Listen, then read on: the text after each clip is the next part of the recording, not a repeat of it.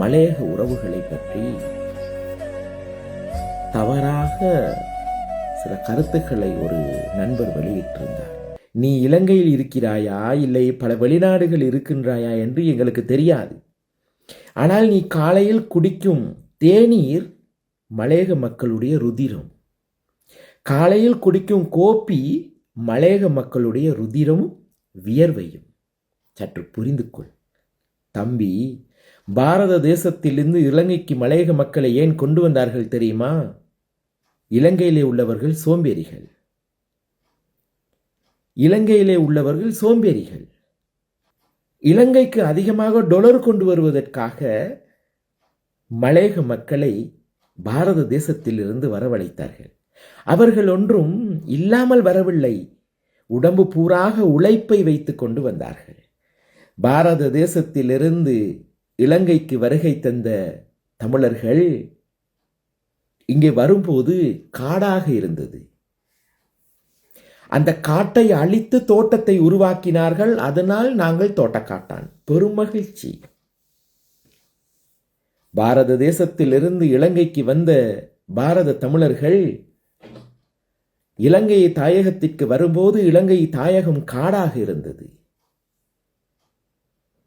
காட்டை அழித்து தோட்டத்தை உருவாக்கினார்கள். தெரியுமா? ஆகையால் நாங்கள் தோட்டக்காட்டான். இன்று இலங்கை தாயகத்தின் முதுகெலும்பு மலையகம். இது எல்லாம் உனக்கு புரியாது. அப்போய் இதெல்லாம் உனக்கு புரியாது. உனக்கு தெரியுமா மலையக மக்கள் படும் கஷ்டம், வேதனைகள், துன்பங்கள் எல்லாத்தையும் தாங்கிக் கொண்டு பயணிக்கின்றார்கள். என்ன செய்வது என்று சொல்லி. என்ன, மலையக மக்கள் உள்ள ஆம்பளைகள் பொம்பளைகளை வேலைக்கு அனுப்பி அவர்கள் வாழுகின்றார்களா? அடே தம்பி, நீ வாயன் மலையகத்திற்கு. மலையகத்திலே வந்து ஒரு நாள் நீ ஒரு வீட்டிலே தங்கி இருந்து பார். மலையகத்திலே வந்து ஒரு நாள் அந்த வீட்டிலே இருந்து தங்கி அவர்களுடைய உணவுகளை சாப்பிட்டு பார் நீ. அப்போ தெரியும் உனக்கு. காலையில் 8 மணியிலிருந்து மாலை 5 மணி வரைக்கும் வெயிலே காய்ந்து மழையில் நனைந்து அட்டை கடித்து பாம்பு கடித்து குளவி கடித்து வேதனையோடு துன்பத்தோடு கஷ்டப்பட்டு சம்பாதித்து வாழுகின்றார்கள். மலையகத்தில் உள்ள ஆம்பளைகள் எவ்வளவு கஷ்டப்படுகின்றார்கள் தெரியுமா? உடம்பு ரணகணமாகி இருக்கின்றது.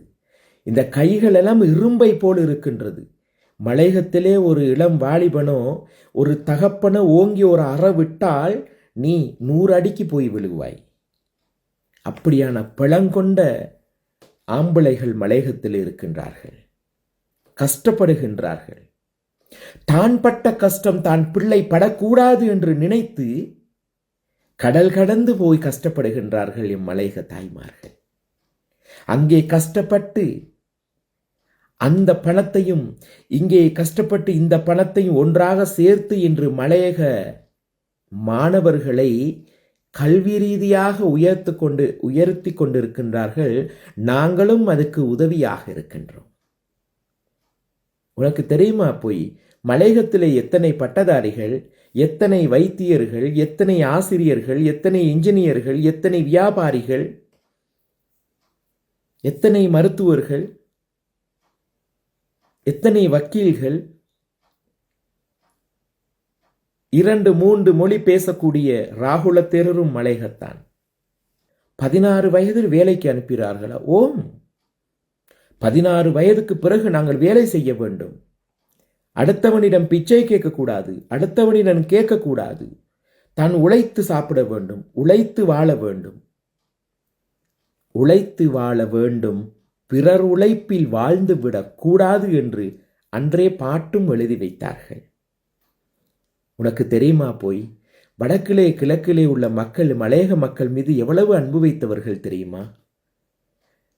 மலையக மக்களுக்கு உதவி செய்ய சொல்லி வடகிழக்கு மக்கள் எவ்வளவு உதவிகள் எங்களுக்கு கொடுத்து கொண்டிருக்கார்கள் உனக்கு தெரியுமா? இன்றும் 60 வயது 70 வயது 80 வயது தாத்தா பாட்டிகள் இன்னும் எவ்வளவு கஷ்டப்படுகின்றார்கள் தெரியுமா?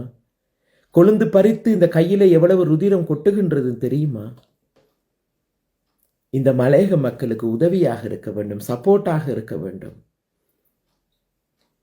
மலையகத்தை குறை சொல்லாதீர்கள், வடகிழக்கு மக்களை குறை சொல்லாதீர்கள். மலையகத்தான் வடகிழக்குக்கு வந்தால் மொழி மாறிவிடுமா? என்ன தம்பி மொழி மாறிவிடும்? தமிழ்தான், வேறொன்றும் இல்லை. உச்சரிப்பு கொஞ்சம் அப்படி இப்படி, மற்றதெல்லாம் தமிழ்தான். அம்மா என்றுதான் கூப்பிடுறார்கள், அப்பா என்றுதான் கூப்பிடுகின்றார்கள், அண்ணா என்றுதான் கூப்பிடுகின்றார்கள். உன் மனம் நொந்திருந்தால் மன்னித்து விடு சகோதரனை.